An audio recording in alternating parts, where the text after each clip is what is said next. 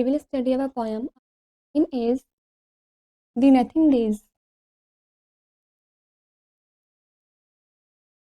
Don't you remember it almost December and soon will be the holidays come. तो तुम्हें ध्यान नहीं है कि दिसंबर आने वाला है, छुट्टियां जल्दी ही आने वाली हैं. Oh, it will be so funny. I have plenty of money. Will buy what drum. कितना फनी होगा, मेरे पास पैसे होंगे और मैं उससे तलवार और drum खरीदूंगा. Thus said little Harry, unwilling to tarry, impatient from school to depart.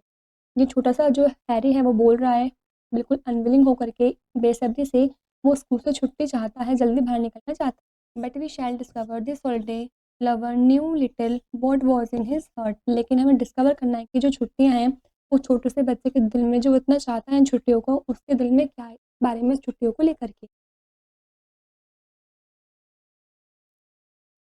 और when on returning he gave up his learning away from his and his book. क्या वो वापस आकर अपनी लर्निंग को भूल जाएगा या फिर अपने बुक में से सम्स करने रहने देगा. तो he thinks rounded and sweet meats abounded bargain still appeared in his look. वो चीज़ों को खेलेगा, अपने आसपास के स्वीटनेट्स करेगा, उनको बांध कर रखेगा, फिर वो अभी तक भी अपने उस लुक को अपीयर करेगा.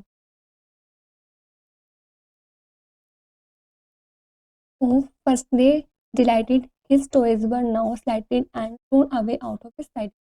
तो वो अपने डिलाइट करेगा, अपने टॉयज वगैरह खिलौने को अब वो स्लाइटेड करेगा और उनको दूर अपनी आंखों से फेंकेगा. He spent every morning in stretching and yawning. It went to bed weary at night. वो अपनी हर सुबह को गुजारेगा यॉर्निंग के साथ, स्ट्रेचिंग के साथ, और बेड पर जब वो जाएगा रात में वियरिंग के लिए, सोने के लिए. He had known that treasure which really makes pleasure are secretly discovered by few. ये कहा नहीं जा सकता कि क्या ट्रेजर होगा, सच में वो क्या प्लेजर बनाएगा, ये सीक्रेट डिस्कवर्ड होगा किसी कुछ के द्वारा. You will take it for granted not play thing he wanted or not was something to do. वो सोचेगा कि ग्रांटेड वो ले ले, कुछ चीज़ों को खेलने के लिए वो चाहेगा, लेकिन उसके पास कुछ भी नहीं होगा ज़्यादातर करने के लिए.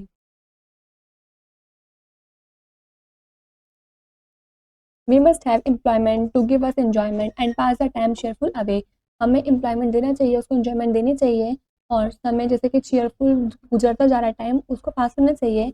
And study and reading give pleasure accident the pleasures of toys end of play. जो पढ़ाई लिखाई, रीडिंग करना, स्टडी करना, ये हमारे प्लेजर को बढ़ाते हैं टॉयज और खेलने से भी ज़्यादा. To school now returning to study and learning with eagerness Harry applied. He felt no aversion to books or excretion, nor yet for the holidays side. वो बोलता है कि अब वापस स्कूल में जाना होगा, स्टडी करना पड़ेगा, याद करना पड़ेगा. काफ़ी ईगरनेस के साथ जो हैरी है वो अप्लाइड करता है. वो सोचता है कि कोई एवर्जन ना हो बुक्स के साथ या किसी एक्सप्रेशन के साथ, तो उसको दोबारा अपनी हॉलीडे साइड पर ही जाना पड़ेगा, वहाँ से वो दूर जाना नहीं चाहता. This is where our poem is complete.